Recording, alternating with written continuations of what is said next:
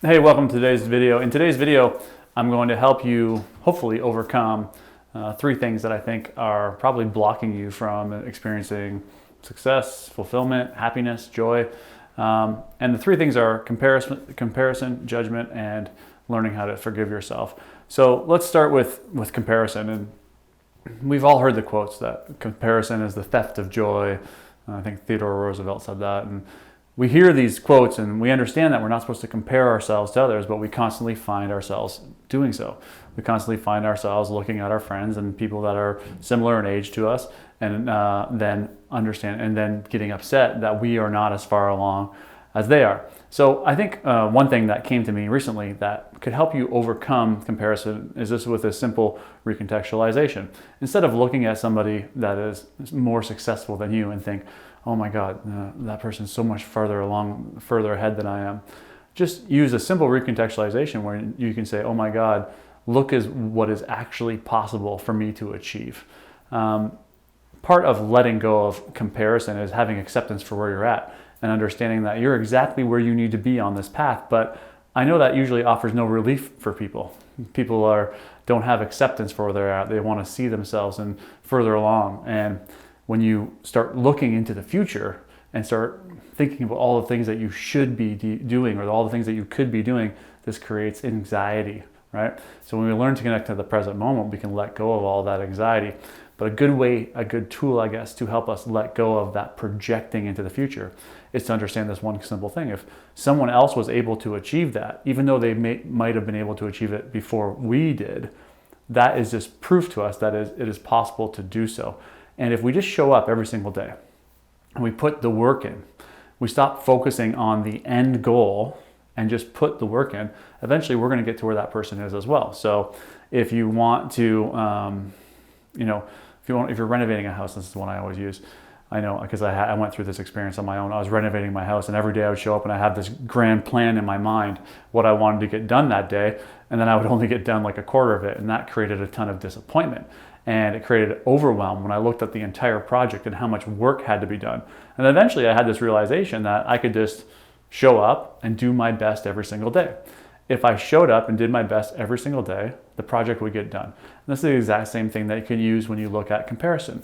If you see someone else that is more successful than you in the same field that you're in, you know that that is now possible. And you can just show up every day, do your best, and eventually you're going to be there as well. The second thing you could bring in is this idea of just accepting where you're at. Accepting that you're exactly where you need to be on your path towards maximizing your potential. And when you combine this recontextualization and this self-acceptance, you can move out of comparison.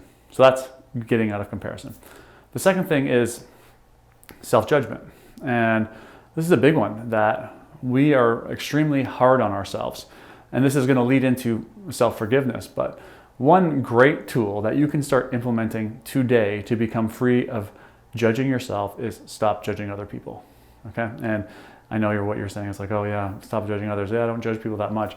But the first step to pulling yourself out of judgment of others is to become aware of how much you actually judge other people. And once you kind of shine the light of awareness on this judgment of others, you're going to begin to realize how often you're actually judging other people. And there's many forms of judgment. There's judgment out loud, where you actually speak judgment about other people to other people. There's internal judgment of other people. I catch myself doing this on the road a lot when someone's driving slow. I'm like, why is that person driving so slow? Essentially, this is judgment, right? So I begin to bring awareness to when I'm judging others. And as I let go of my judgment of others, just by shining the light of awareness on it, I then begin to bring awareness to the judgment I'm placing on myself. And this is the first step of my 3-step coaching system, which is realize. We need to first realize what it is that we're doing that is no longer serving us. If we're judging ourselves on a daily basis, we're going to feel drained. We're going to not have energy. We're not going to have motivation. We won't have the zest for life because we're being so hard on ourselves.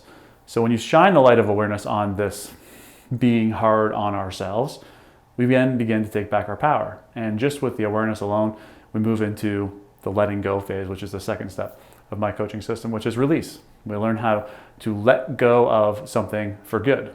We connect ourselves to the emotion that we've been avoiding feeling.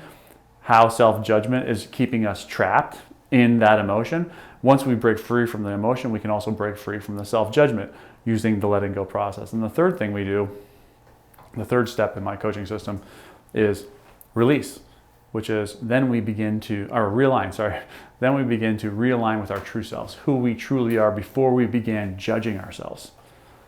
So to break free from self-judgment is stop judging others. Then the second step is to bring awareness to all the judgment we're placing on ourselves. The third step is to understand why we started judging ourselves in the first place. If you can do these three things, you'll begin to move yourself out of self-judgment. This moves into the third thing. How do you forgive yourself? So many of us understand that we need to forgive ourselves, but we have no idea how. And I was recently tuning into this with a client of mine, and I was like, how do you forgive yourself? And then I was reminded, most of the stuff I do comes to me from meditation because I'm trying to get outside of the circle of what I know. And then I was reminded of this quote from a book, and it's, forgiveness is a verb, which essentially means you need to act forgiving in order to become forgiving, in order to feel the state of forgiveness. So if you're mad at somebody and you're holding a grudge at them and you don't know how to break free from that, just start acting like you've forgiven them. So what does that look like? You say hi to them, you start engaging conversation, you're nice to them, you do kind things for them, you have compassion for them, you have acceptance for them. This action of forgiving will eventually lead to the feeling of actually forgiving them in real life. So then I was like, oh, you can apply that to yourself as well. So if you forgave yourself for whatever it is that you are angry at yourself for, what would that look like? And when I was sitting with this today, I said, well, how would it look if I forgave myself? And I immediately made the connection that working so hard and like not being able to relax is a form of not forgiving myself. It's a form of self-punishment. So if I was to use forgiveness as a verb, how would forgiveness look in my life in action? And the way it would look would be to relax more, would be to, sit by the pool and not actually like take out the vacuum and start cleaning it or skipping the leaves off of it, to actually fully relax and not have anything to do for an entire day. If I forgave myself, I would be relaxed. There would be no need to prove that I was successful or prove that I was unworthy of success or unworthy of happiness. I would just be completely at peace. So that's what I've started implementing into my own life, is just being easier on myself and acting like I've already forgiven myself for all of the wrong that I've done. So if you implement these tactics, the recontextualization of comparison, just to realize that, hey, this is where I could go and have acceptance and compassion for what people already are. With respect to judgment, if you stop judging others, that will help you bring awareness to where you're judging yourself. And finally, with forgiveness, is this use forgiveness as a verb. If you forgave yourself for all the wrongdoings that you're holding on to, and in fact, just bringing awareness to what the wrongdoings are that you have yet to forgive yourself for, if you just started acting like you had already forgiven yourself, what would that look like? If you can implement these and answer some of these questions, you're going to begin to break free from these three things that are really a barrier to achieving whatever it is you want to achieve in any area of your life. And this is how we begin to let go and begin to maximize our potential.